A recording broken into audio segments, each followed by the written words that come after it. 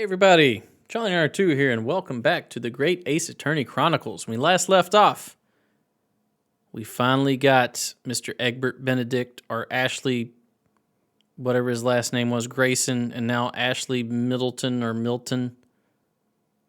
We got him.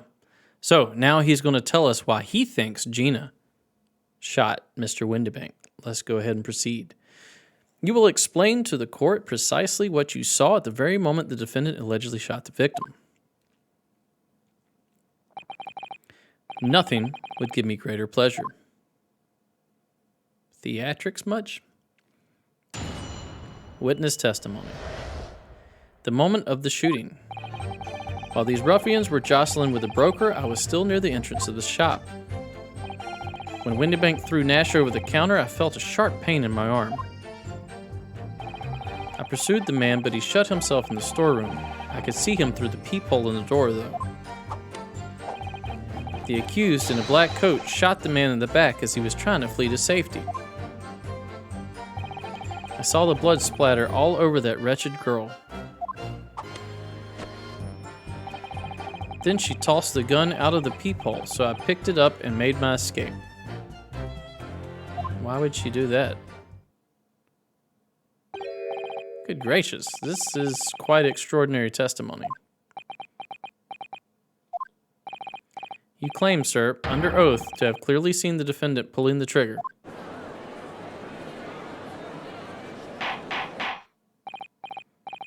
Order, order, order! It wasn't my intention to testify in this way. But neither is it my intention to be found guilty of a murder I didn't commit.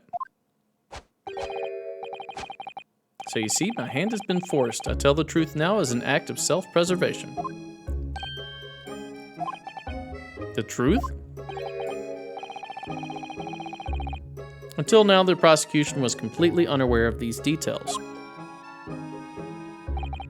Yes, well, sorry about that. Having shot me in the arm, the pawnbroker was then shot in the back by the accused. And as I said, she was showered in his blood.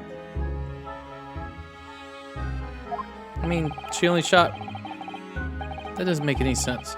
You say the blood splattered over the accused's coat? Are you sure on that point? Oh yes, quite sure. All over the black overcoat the pickpocket girl was wearing at the time. Really? If her coat could somehow be shown to harbor vestiges of blood, that would be conclusive evidence here.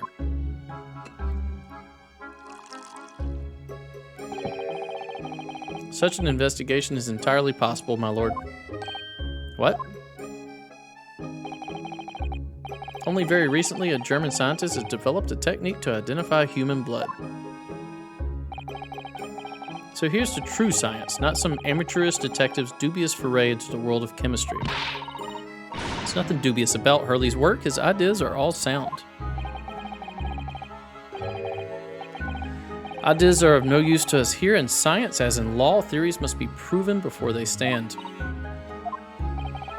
In Germany, the technique has already been employed in the courtroom as the basis of evidence.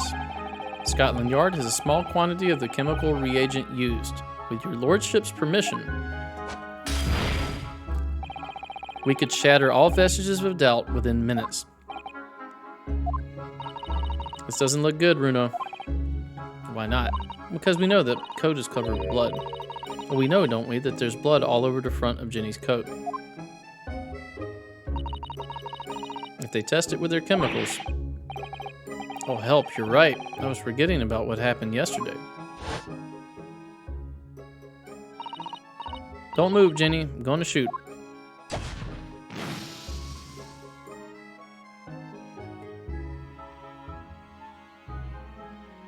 Yeah, whole thing is covered with thrice-fired Mason's blood.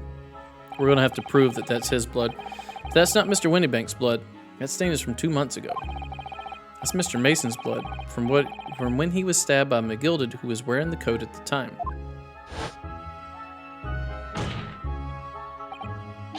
My lord, the defense objects to the test proposed by the prosecution. Overruled. Lord Van Zykes, make it so at once.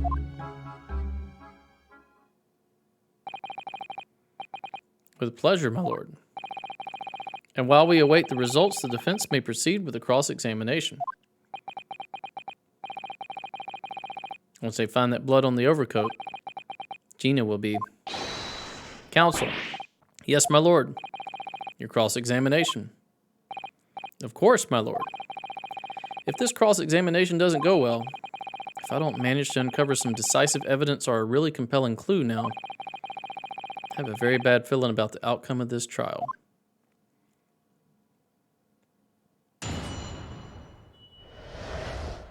The moment of the shooting. All right, we're going to have to press everything. Hold it! Mr. Windibank emerged from the storeroom, I believe. Ringo and Nash were scouring the counter when he suddenly appeared and flew at them. He already had the revolver in his hand. Fortunately, I wasn't too close. I've never been so scared in all my life. Yeah, we were just your regular mild-mannered burglars, that's all. We don't like violence, says the pair who carry a gun. What do you mean when you say you were near the entrance of the shop? I was in the doorway, running my eyes over the shelves of forfeited items. Looking for the amusement box, of course. The broker went for Nash in the first place. Then Ringo joined in, making it 2 against 1, so I assumed they could handle the situation. But I was wrong. I was trying to help me little bruv, but the old geezer chucked me over the bloomin' counter. So I pulled me gun out on the old fella, and that soon made him scarper.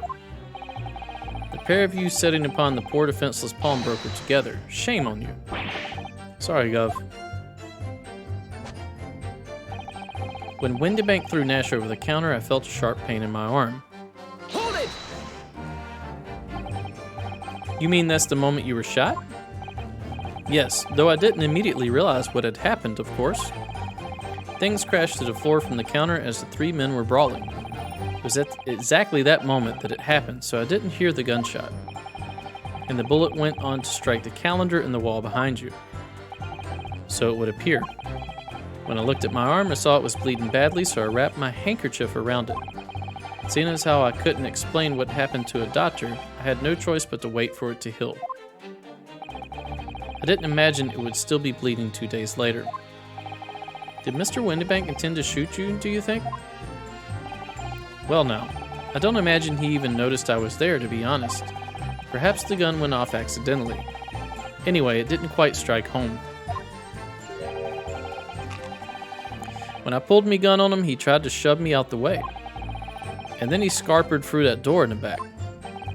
At which point, what did you do? I pursued the man, but he shut himself in the storeroom so I could see him through the peephole in the door, though. Hold it! You mean you chased after him? I don't recall the reason why, but I ran after him to the back of the shop. And what about this peephole in the door you mentioned? Well, unsurprisingly, the storeroom's door is a solid job, made of stout wood. But there's a small opening in it, about head height, that lets you see what's in there from the outside. Actually, I should know that, shouldn't I? I looked through it myself that night.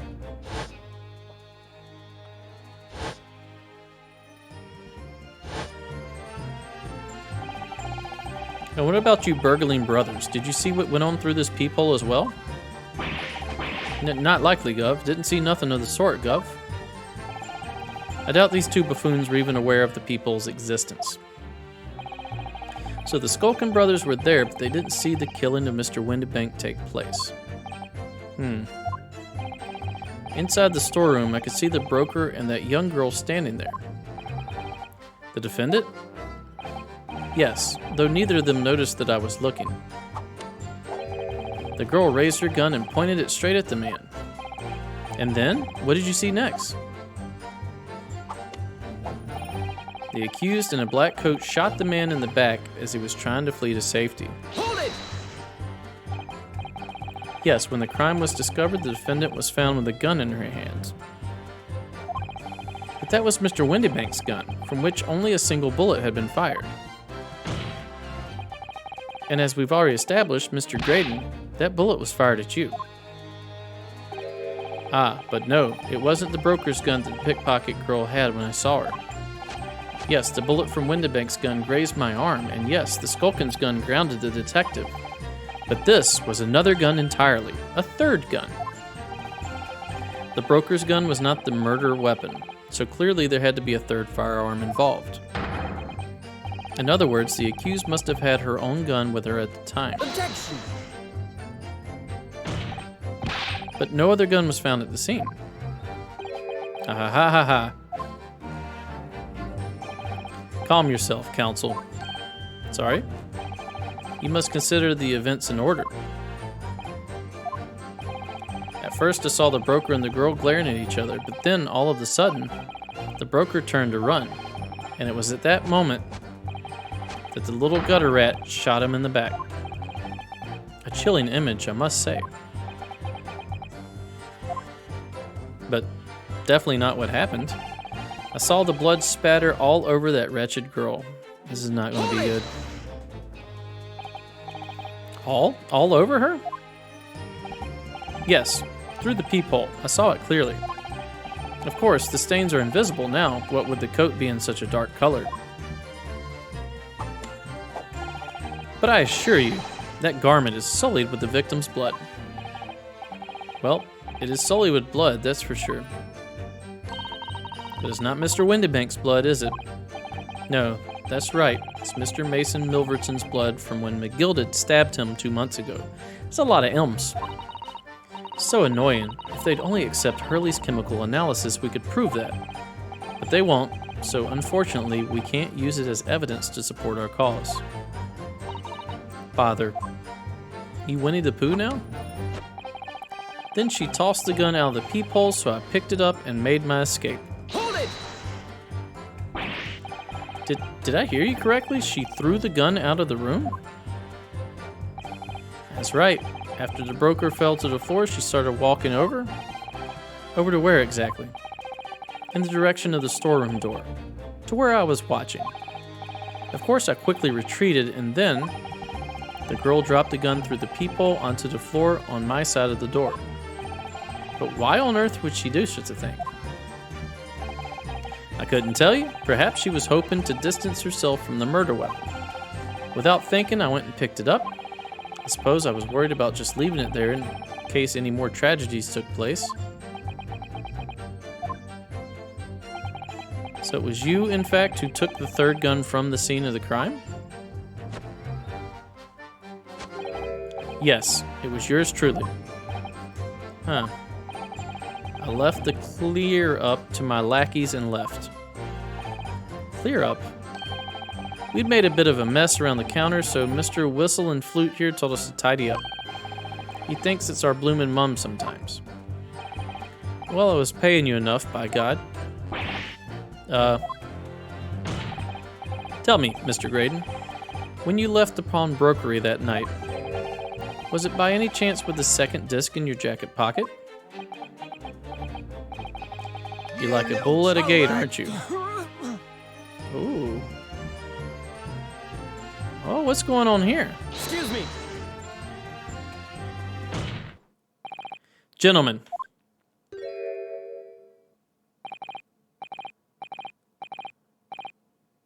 I guess that's breathing. Something's wrong, Sunshine? That should be my line. You do realize you were just violently shaking Mr. Skulkin. Blimey, this D's a bit of a hooligan, ain't he? What was going on just now? You saw him. He grabbed me whistle. Why the blazes, he said, didn't you mention the third gun when we got you down to the station? And why didn't you? 'Cause we didn't know nothing about it. Or that flaming peephole in the door. Sorry about that. I can be prone to losing my rag sometimes. Not hurt, are you? Poor blimey. See the way he's looking at me? I'm telling you, this D gives me the willies. That was strange. The inspector doesn't normally get quite as worked up as that. He wouldn't normally grab someone. No, that wasn't like Gregsy at all. He's normally all sweetness and light, no matter what I say to him. Yes, well, I think you might be a special case, Iris. Well, anyway, that was definitely out of character. I agree.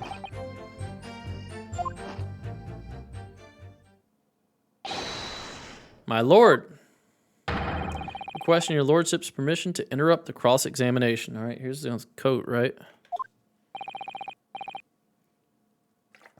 Sorry, getting some water. A lot of reading to do. Explain yourself, officer. I have the results of the test that was ordered earlier, my lord. And, the blood on the accused overcoat. Thank you, officer. Very well. The cross-examination is hereby temporarily suspended. I presume you have no objection, counsel? No, my lord.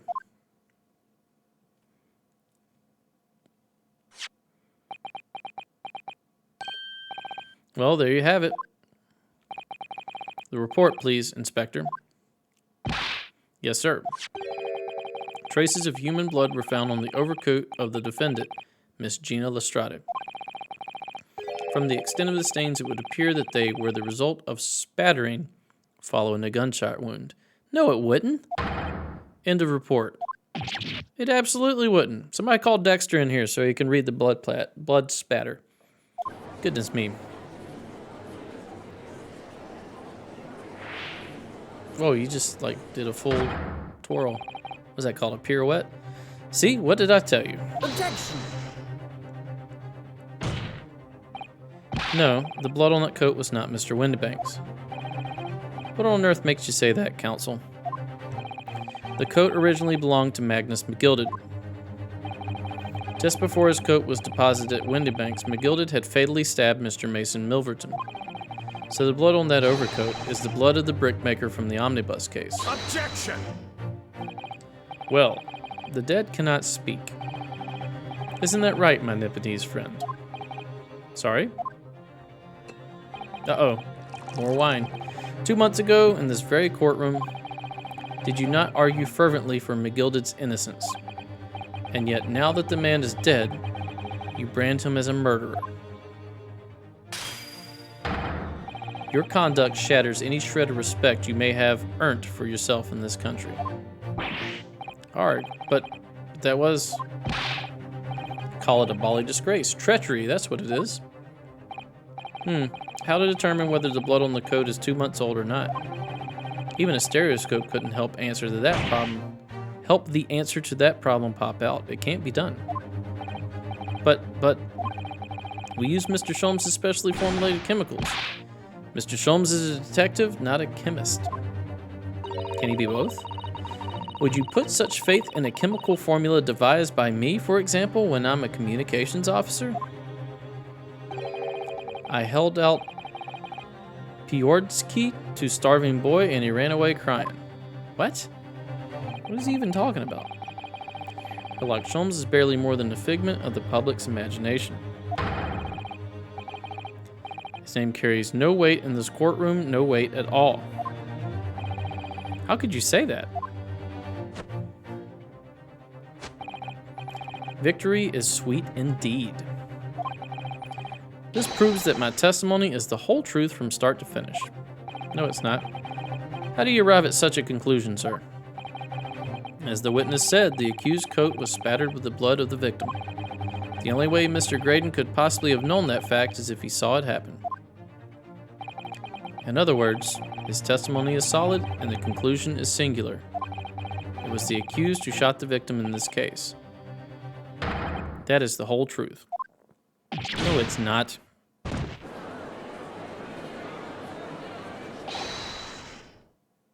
My lord. Been a long battle, but this old warhorse has something to say now, if you please. Mr. Foreman? We're going to all go guilty again? As of this moment, sir, the squadron has reached its final decision. For the 80th time. Ready, men? All for one now. Sir. Guilty. Guilty. Again. Guilty. Guilty. Guilty. Guilty.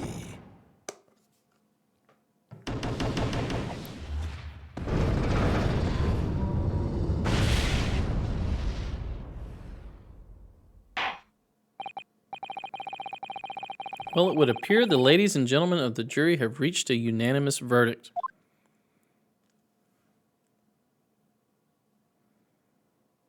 I think you're celebrating a little early there, guy. The defense has consistently failed to unpick this witness's testimony. Here's to any attempt you may make at unpicking the jurors' decisions being equally successful. Ooh, ah. I don't believe it.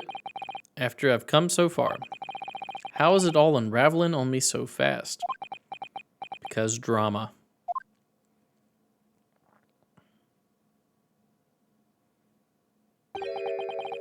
How very distressing. Who is this? To be held in such low esteem. Oh, that must be Herlock.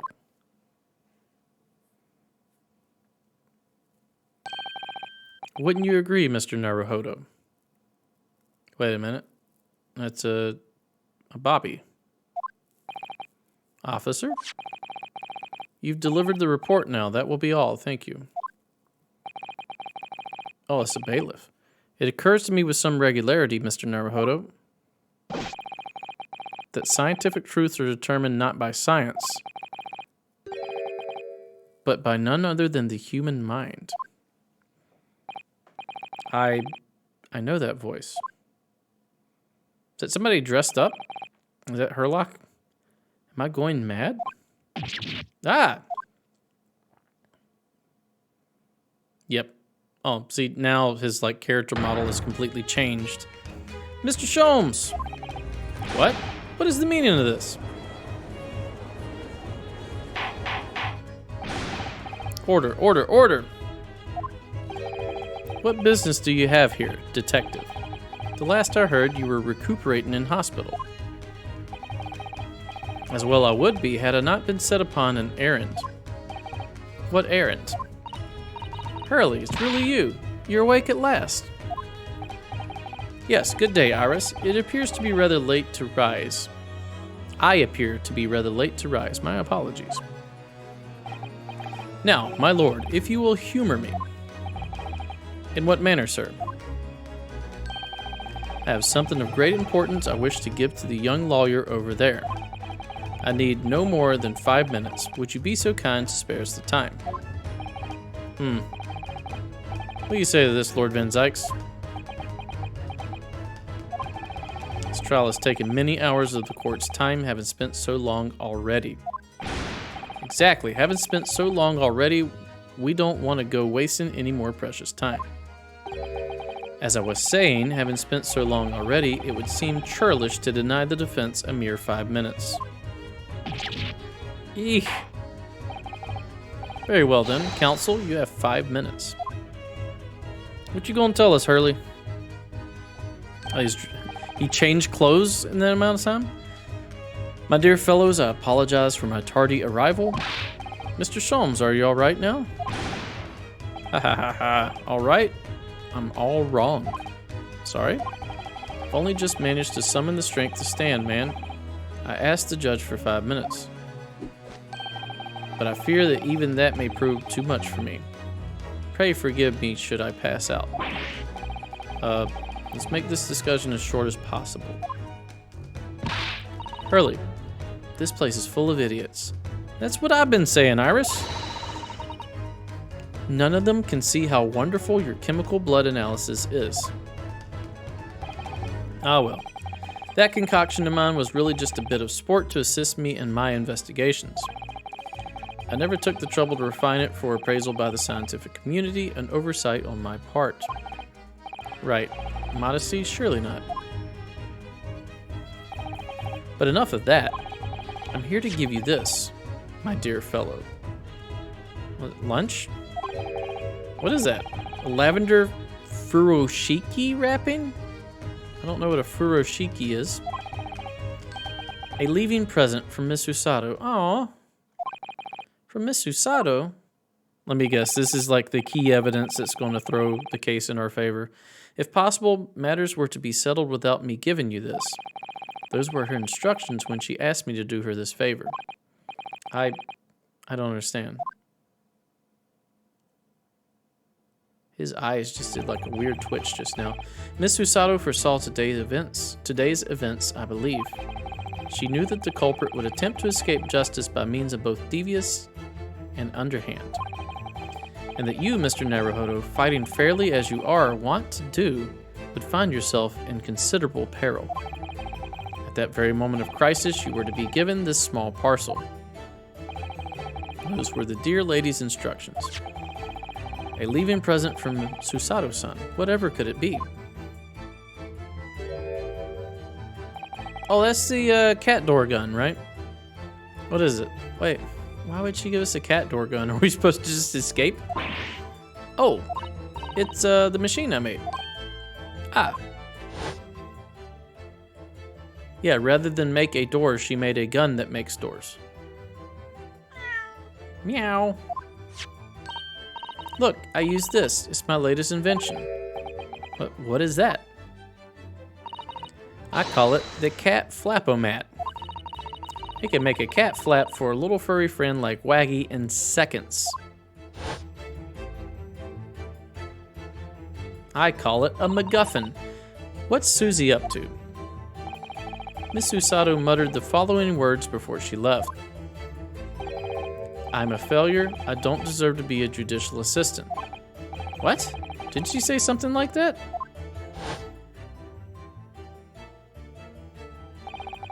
You really are the best judicial assistant in the world. Well, that's extremely flattering. But I'm sorry to say that I've been a complete failure. Whatever did she mean by that, Mr. Sholmes? That night when you left Windybanks in pursuit of the thieves, Miss Susato made use of this contraption for a certain purpose. That is your answer, dear fellow. Not at all cryptic then. So she used the cat flap for a purpose? Not at all cryptic then. Susato-san used the cat flapomat that night, but why?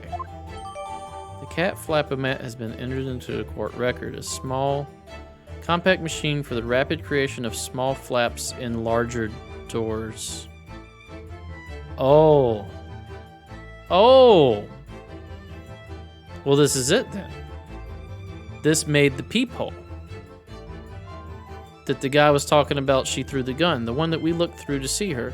So this made the peephole. I'm assuming it had to have made the peephole after the murder took place to allow cats to come and go freely. Cat flapomat has been entered into the court record. Okay, well, we're going to have to prove a time on this. I don't know how we'll do that.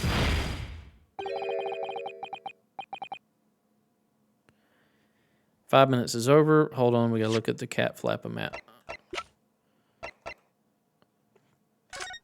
Is there anything we can look at on here? Is that, what, a level? Handle? Oh, God. Ooh, those vicious teeth look like it could rip through almost anything. They're good, aren't they? They're made of a special alloy developed just for this job. The cutter rotates 10 times per second so it can get through any kind of door in no time at all. And what are the two parts at the top there? Ah, those are for attaching hinges to the section of the door that gets cut out. Right, of course. Nothing can match this machine for power. It can make mincemeat of even the toughest of doors.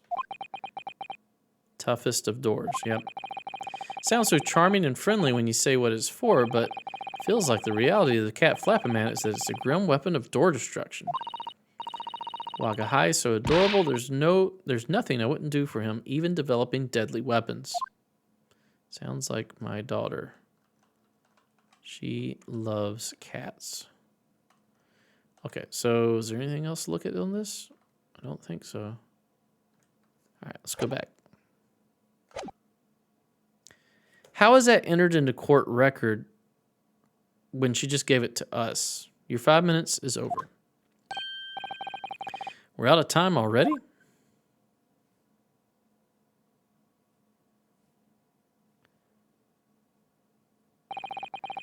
I'm grateful to you for affording us that brief recess, Mr. Reaper. And unfortunately, that's going to do it for this episode. I thought we would get to the end, but it looks like we still have much, much more case to go. Thanks for watching. If you enjoy my content, please consider a like, a comment, and or a subscribe. Stay tuned for the next episode. We'll see you then. Bye-bye.